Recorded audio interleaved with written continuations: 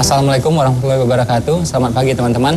Kali ini kita akan membahas tentang memperluas rezeki. Wah, apalagi nih? Jadi rezeki ternyata bisa diperluas. Caranya gimana?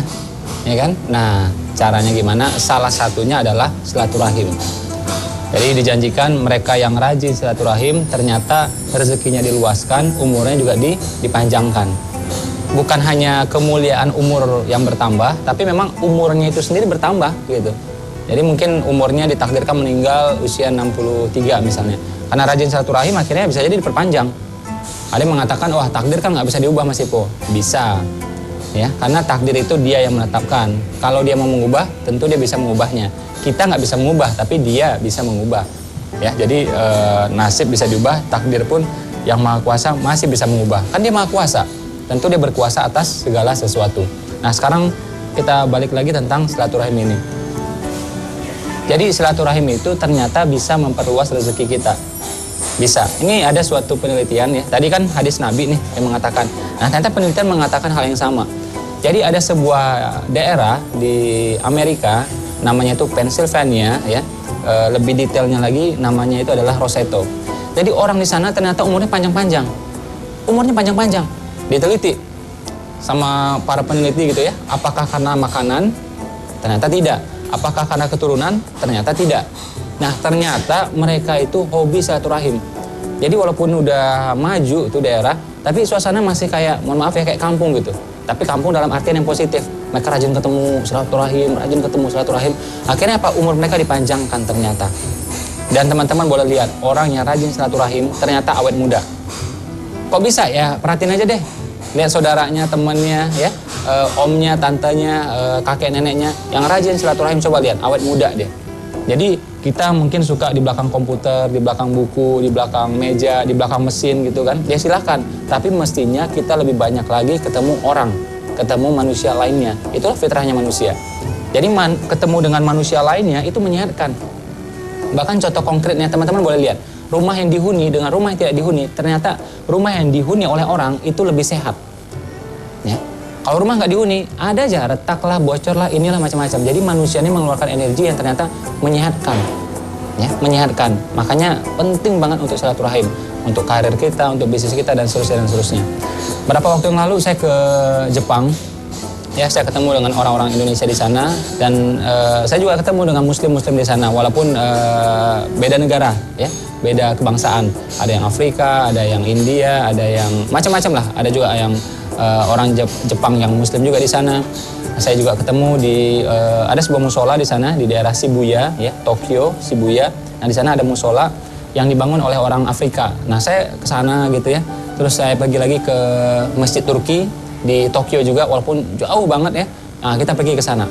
Karena saya percaya ternyata silaturahmi itu memperluas rezeki kita. Beberapa waktu yang lalu saya ketemu secara tidak langsung lah ya, melalui video conference gitu di Singapura. Kita interaksi gitu dengan Philip Kotler, video conference. Jadi Philip Kotler ini kan dia guru marketing dunia nih, nomor 1 nih sedunia, bukan nomor 2, nomor 3, nomor 1 nih, Philip Kotler namanya. Ya, nah dia bilang akses itu penting, dia bilang akses itu penting, ya, di Eropa penting, di Amerika penting. Tapi dia bilang ya di Asia jauh lebih penting.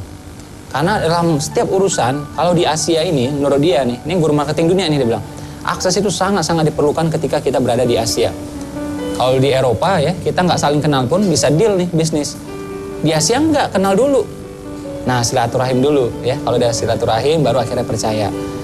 Bagi teman-teman yang misalnya nggak punya modal buat buka usaha, terus nggak punya tempat buat buka usaha, kalau silaturahimnya bagus, relasinya bagus, nggak akan mungkin tuh ngomong kayak gitu. Nggak punya modal, cari teman yang punya modal. Ya kan? Ajak bagi hasil. Nggak punya tempat, cari teman yang punya tempat. Kalau silaturahimnya jalan, insya Allah masalah kayak ini nggak terjadi nih. Nah, mungkin selama ini silaturahim kita nggak jalan, orangnya itu aja. Nah, makanya nggak kebuka tuh semuanya. Dan ternyata menurut penelitian juga, mereka yang menikah antar suku, antar kaum, antar bangsa itu, ternyata malah secara kesehatan itu lebih bagus malah. Makin sehat, makin sehat, makin sehat. Nah, kalau yang dia nikah di lingkaran itu aja malah jadinya kurang bagus dari segi kesehatan. Nah, jadi sebenarnya ini adalah isyarat bagi kita untuk saling mengenal tanpa batas semuanya. Apapun rasnya, apapun agamanya, semuanya. Nah, zaman sekarang sebenarnya udah sangat enak. Kita punya sosial media, ada Facebook, ada Twitter, ya kan? Kenapa saya suka bagi tips ya di Twitter? Karena juga kadang-kadang juga bagi buku di Twitter. Nah, ini sarana kita untuk menjalin silaturahim untuk orang yang mungkin tidak bisa bertemu langsung dengan saya. Karena mungkin waktu saya terbatas, ketemu langsung juga mungkin nggak bisa gitu ya. Juga kita punya banyak kesibukan, jalan juga punya kesibukan. Nah, di Twitter masih bisa interaksi walaupun ya mungkin tidak tidak sedekat ketika kita bertemu langsung lah. Tapi ya kita coba di sana, di Twitter, di Facebook gitu ya. Nah, silaturahim itu rezeki ternyata.